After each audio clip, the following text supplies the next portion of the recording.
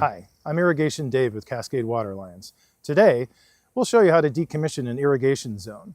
We're planning on removing some turf at some point and replacing it with drought-tolerant plants that no longer need the sprinkler heads. Lawns are the most water-intensive part of any landscape. By removing some of it, we can save a considerable amount of water. And remember, the water that you use in your irrigation system is drinking water, so we need to use it as wisely as possible. These are the tools and parts you'll need before we begin.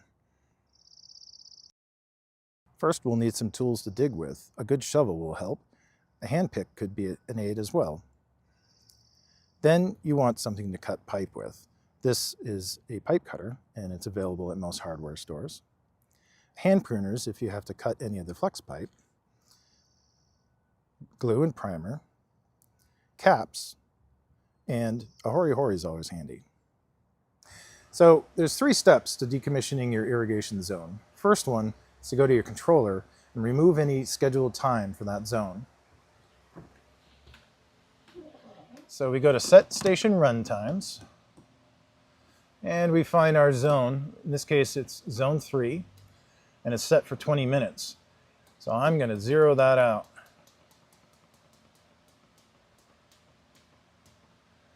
And then turn it back to run.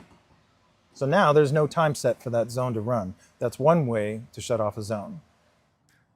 Next, we'll want to disconnect permanently the valve that serves the zone that we want to shut down. This is an example of a valve and the pipe that leads to the heads.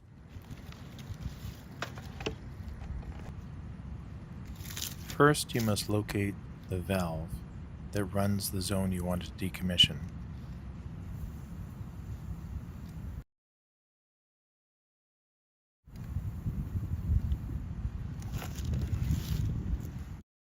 Dig into the ground and find the pipe. Make sure you have the right one. Cut out a 3-inch section at about 1 foot outside the valve box and cap. Cut through the PVC pipe. Next, apply primer to the pipe.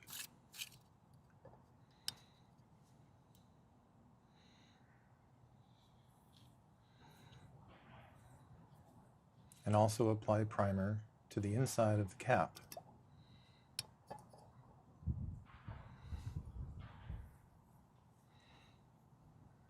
Use glue on both sides, the inside of the cap and the outside of the pipe,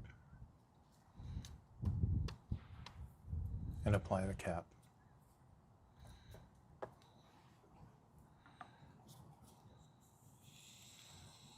So, lastly, we want to go through and actually dig up each head.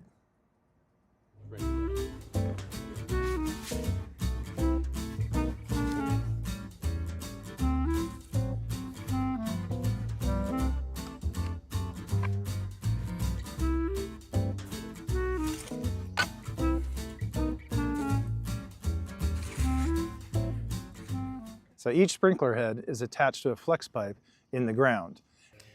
Simply unscrew the head from the flex pipe and use a threaded 1/2-inch cap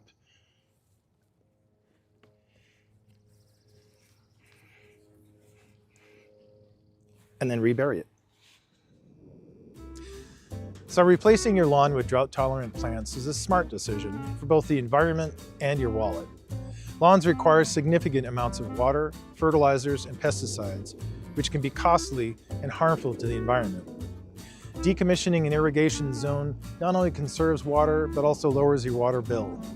And if this work seems a little bit too much for you to handle, please reach out to a licensed contractor in your community.